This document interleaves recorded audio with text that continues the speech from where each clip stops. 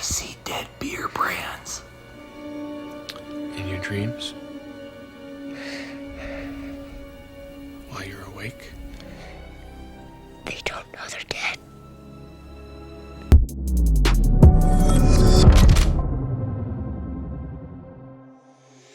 What's up, guys? Spenny. Most people go through really embarrassing phases at one time or another in their lives, often in middle school or high school, and you're just sort of swept up in a craze, and you're like, man, that wasn't me, and I don't look good as a goth, and I hope that these photos never see the light of day. Let's burn them all, actually. And some brands do that as well.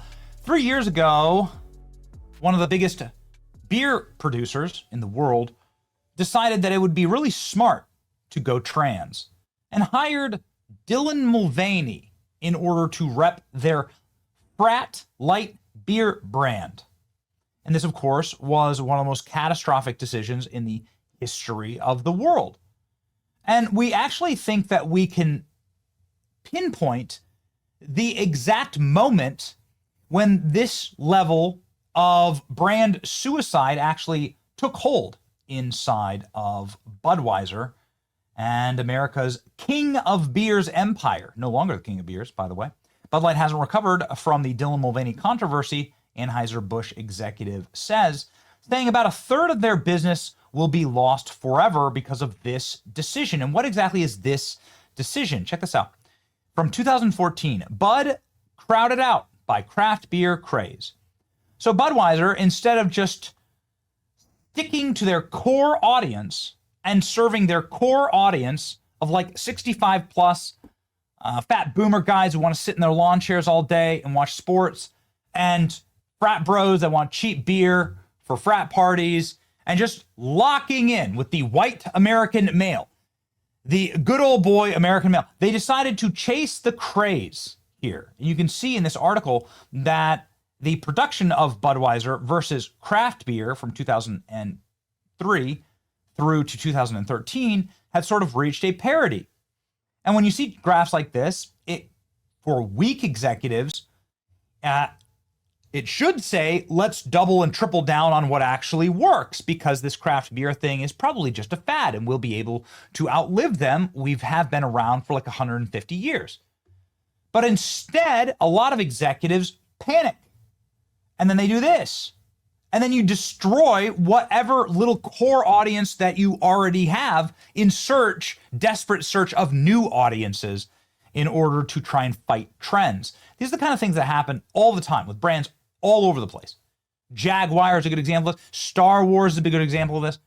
Indiana Jones, pretty much everything that Disney touches is just a perfect example of like, let's just chase the modern audience that doesn't actually exist, the modern consumer that actually just wants Budweiser to be Budweiser.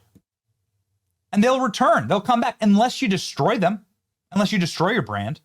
Speaking of destroyed brands, after this, Dylan Mulvaney fled the country and is now, I think, on the lam, like is now in exile, sobbed and cried on camera in hysterical mental breakdowns that were publicized, launched a failed musical career, podcast career, comedy special, all of them failed, Broadway show, fail, book, failed. Hasn't gone great, frankly. And then got trolled by Republican candidates running for office, and then ultimately resulting in the complete and total destruction of, well, I think, quite frankly, the transgender influencer movement. That saw its absolute high watermark in 2023 with the release of that Budweiser ad and has since cratered, to give way to this.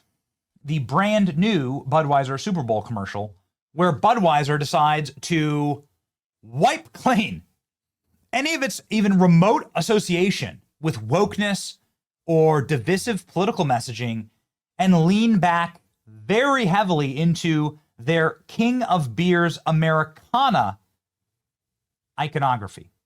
Really a beautiful thing. Their new ad has been released and is doing numbers. Let's go ahead and watch, ladies and gentlemen, the brand new Budweiser Super Bowl ad. Here we go. For 150 years, this Bud's for you. Watch Super Bowl commercial now. So you have a little Clydesdale horse. Goes and sees a Small bird falls out of its nest.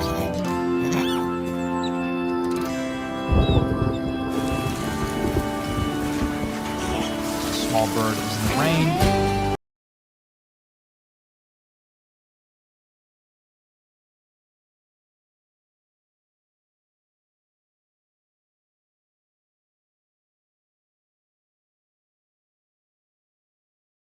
You're watching it. Notice this. Hold on, just a second. Notice that there's two white farmers. What's that about? Jeez, what kind of a two white old dudes who are farming, or maybe like a father and his son? Goodness gracious, never thought I'd see white dudes in a Budweiser ad ever again. Here we are.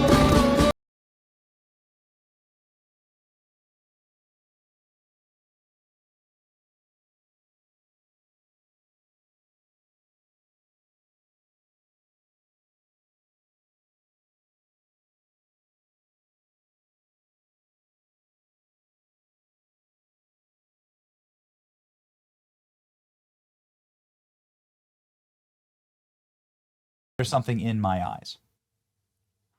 Well, there you go. I guess that's how you defeat a grudge, as some are saying on the internet. I'll lift my grudge if they keep this up. Best Bud commercial in years. Now, that's a great commercial. Well done, Budweiser. Okay, Budweiser, you've redeemed yourself.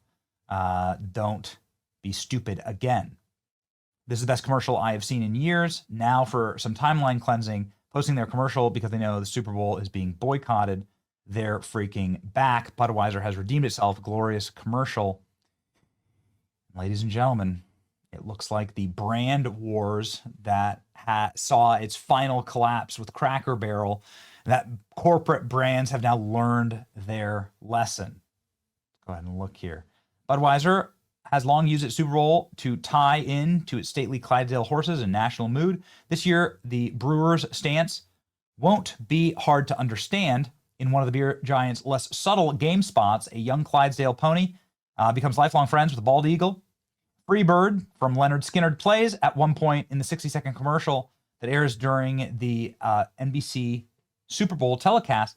The horse jumps over an obstacle as the bird riding on its back spreads its wing, making the animal look like a Pegasus. The spot is meant to celebrate Budweiser's 150th anniversary, America's 250th birthday, says Todd Allen, the Senior Vice President of Marketing.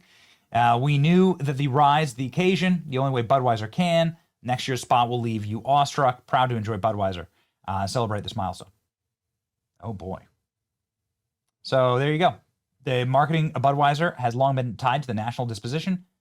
2002, the Clydesdale helped the nation heal. World Trade Center.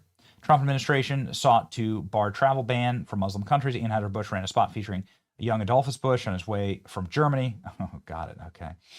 LOL. And now in 2026, Clydesdale seem to be feeling their oats. Okay. Look at this. They worked with a director who's directed other classic Americana ads and had the Leonard Skinner soundtrack. That is, of course, the unofficial soundtrack of all American sporting events, like the American hockey team, but Team USA just in general. All right, there you go. No mention of Dylan Mulvaney in the entire article. Okay, got it. Smart. Well, what do you think of the ad? Let's go ahead and check how it's doing on YouTube. There you go. It's got 60,000 views 6 hours ago on YouTube. Who knew that a beer commercial could make a sober person cry. The moment the horse appeared with his wings is very moving. The eagle, the Clydesdale, the emotion, along with Freebird playing Budweiser commercials are back to being awesome. Legit the best commercial to date. One ad I look forward to every single year. I hate the beer, but forever love Budweiser. I think Anheuser-Busch outdid itself with this commercial. Maybe they're getting botted. I'm not sure. All these are very positive comments. A beautiful commercial. Honest, what I look forward to every single year. Budweiser, freedom, America, cannot stop watching. Let's be proud to be American again. There you go. We've won. It looks like we won. Ladies and gentlemen, winning the culture wars, one like little way, one victory at a time, and then all at once. Let me know what you think. It's your boy Benny.